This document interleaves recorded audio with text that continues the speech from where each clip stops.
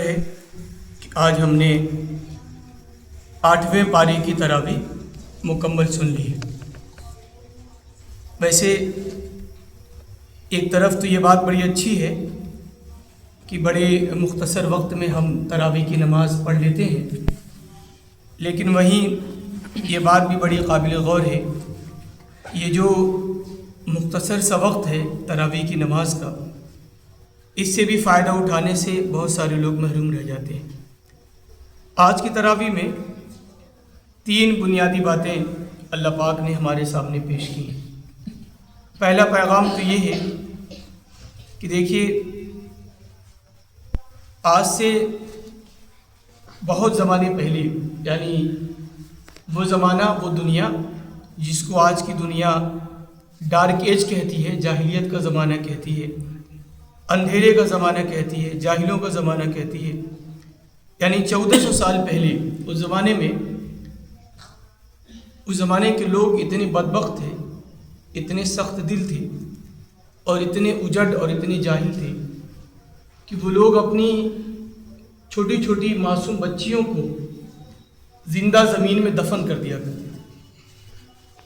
وہ اس بات کو اپنے لیے عار سمجھتے تھے کہ ان کے گھر بچی پیدا ہو جاتی تھی تو ان کو لگتا تھا کہ یہ ہمارے لیے وبال جان ہے، تو بچیوں کی پیدائش پر وہ لوگ غمگین ہوتے تھے، ناراض رہتے تھے، دکھ کا اظہار کیا کرتے تھے، اور جب موقع ملتا تو وہ اپنی بچیوں کو زندہ زمین میں دفن کر دیا کرتے تھے۔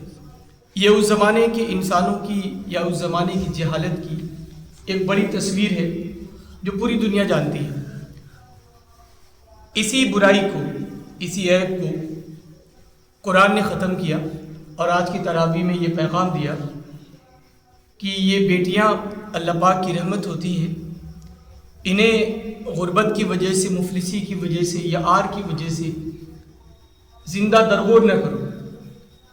تو یہ پوری دنیا پر اسلام کا احسان رہا کہ اسلام نے پوری دنیا سے بچیوں کو قتل کرنے کی پرتھا جو تھی اس کو ختم کر دیا۔ لیکن اب دوبارہ اس ماڈرن زمانے میں، اس جدید دنیا میں، سائنس کی دنیا میں دوبارہ ہم وہی جاہلیت دیکھ رہے ہیں۔ آج بھی ہمارے ہاں بچیوں کی پیدائش کو عیب سمجھا جاتا ہے۔ بچی پیدا ہوتی ہے تو لوگ ناراضگی کا اظہار کرتے ہیں، اور بچہ پیدا ہوتا ہے تو مٹھائیاں تقسیم کی جاتی ہیں۔ تو وہی پرانے زمانے کی جاہلیت دوبارہ ہمارے درمیان پلٹ آئی ہے۔ تو ضرورت اس بات کی ہے کہ آج ہم قرآن کے پیغام کو لے کر اٹھیں، جہاں ہے، جس جگہ ہے، قرآن کے اس پیغام کو دنیا والوں کے سامنے بتائیں کہ دنیا کی نجات اور بچیوں کی حفاظت یہ صرف قرآن کے ماننے والے ہی کر سکتے ہیں۔ دوسرا پیغام جو آج کی تراویح میں ہمارے سامنے پیش کیا گیا وہ یہ، دیکھیے، ہم سورہ فاتحہ جب پڑھتے ہیں تو اللہ پاک سے ایک دعا کرتے ہیں، ایاک نعبد و ایاک نستعین اہدنا الصراط المستقیم، اے اللہ ہمیں سیدھے راستے پہ چلا۔ یہ سیدھا راستہ کیا ہے؟ تو آج کی تراویح میں یہ بتایا گیا کہ وَأَنَّ هَذَا صِرَاطِ مُسْتَقِيمًا، یہ جو باتیں بتائی جا رہی ہیں یہی صراط مستقیم ہے، آپ ان راستوں پہ چلیے۔ تو صراط مستقیم میں پہلا راستہ یہ ہے کہ ہم اللہ کے علاوہ کسی اور کو نہ پکاریں، اللہ کے علاوہ کسی اور کی عبادت نہ کریں، اللہ کے علاوہ کسی اور سے دعائیں نہ مانگیں۔ دوسرا راستہ یہ ہے کہ اپنے ماں باپ کے ساتھ، اپنے والدین کے ساتھ اچھا برتاؤ کریں۔ تیسرا، اپنی اولاد کو مفلسی کی وجہ سے قتل نہ کریں۔ چوتھا، زناکاری کے قریب اور بدکاری کے قریب نہ جائیں۔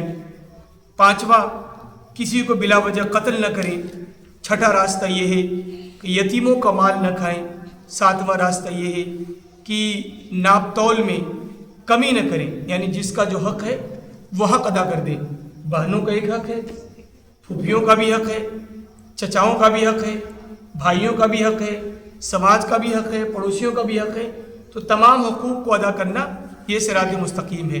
اور آخری بات یہ بتائی گئی کہ اللہ پاک نے جو آپ سے وعدہ لیا ہے اور آپ نے اللہ کی عبادت کا جو عہد کیا ہے کہ ہم اللہ کی عبادت کریں گے، اس عہد کو پورا کریں۔ تو یہ وہ صراط مستقیم ہے جس کے بارے میں آج کی تراویح میں ہمارے سامنے بتایا گیا۔ تیسری بات یہ بتائے گی کہ ہمارے ایمان، بھائی ایمان ہمارا ہے، ایمان کو جانچنے کا پیمانہ کیا ہوگا؟ کیسے پتہ کریں گے کہ ہمارے اندر ایمان ہے کہ مردہ ہو گیا؟ تو آج کی تراویح میں بتایا گیا کہ اے نبی کے ذریعے اعلان کیا گیا کہ آپ لوگوں سے کہہ دیجئے، اور مسلمانوں کو بھی کہا گیا کہ آپ اس بات کا حد کریے کہ ان صلاتی، کہ ہماری نماز، وہ نسکی، ہماری قربانی، وہ محیائے، ہماری زندگی، وہ مماتی، اور ہماری موت اللہ رب العالمین کے لیے ہوگی۔ یعنی ہمارا جینا اور مرنا جب تک اللہ کے لیے نہیں ہوگا ہمارا ایمان مکمل نہیں ہو سکتا۔ ایک حدیث میں اللہ کے رسول صلی اللہ علیہ وسلم نے فرمایا کہ من احب للہ، جس نے محبت کی اللہ کے لیے، وابغض للہ، دشمنی کی اللہ کے لیے، وعطا للہ، کسی کو دیا تو اللہ کے لیے، ومنع للہ، اور کسی کو دینے سے رہ گیا تو اللہ کے لیے، فقد استکمل الایمان، تو یہ وہ شخص ہے جس کا ایمان مکمل ہے۔ تو یہ آج چند باتیں ہیں جو آج کی تراویح میں ہمارے سامنے پیش کی گئیں۔ اللہ پاک سے دعا ہے کہ اللہ تعالی ہمیں ان باتوں پر عمل کرنے کی توفیق و طاقت عطا فرما دے۔ آمین۔ وآخر دعوانا ان الحمد للہ رب العالمین۔